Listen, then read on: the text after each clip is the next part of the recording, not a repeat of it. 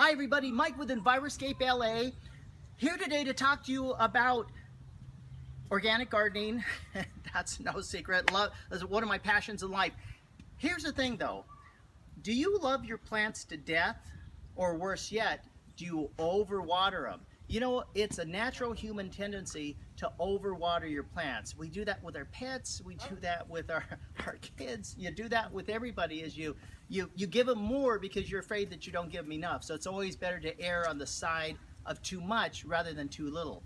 We do that with our plants. And you know, how many times do you just you water and you water almost as if you think that the plants are have catch basins and they're gonna like save the water for a future. They don't. Once you water it, it's done. And if you overwater it, you're wasting water.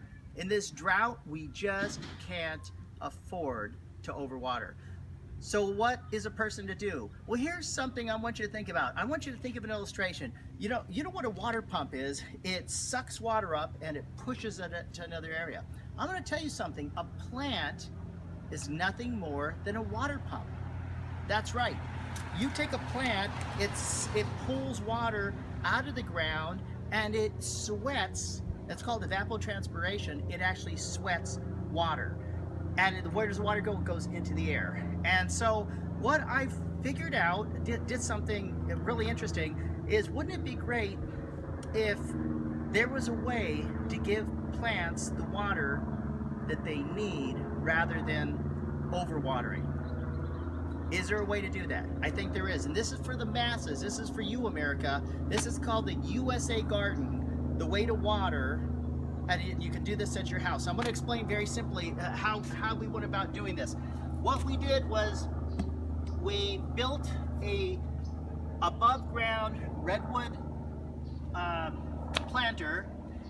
Nothing special about it.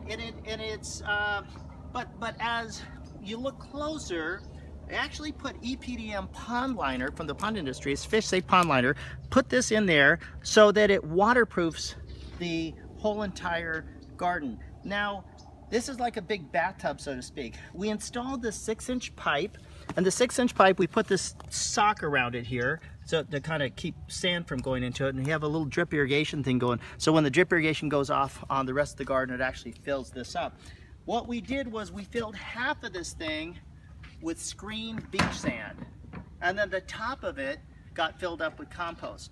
We just planted it a couple days ago. I'm going to wait for it to sprout, and then we'll do another video. But I wanted to show you what this looked like right after it was done. The interesting thing is that the reason we use screen beach sand on the bottom was the capillary action. We'll suck the water up to the top, and as plant roots grow down, they will take whatever water they need.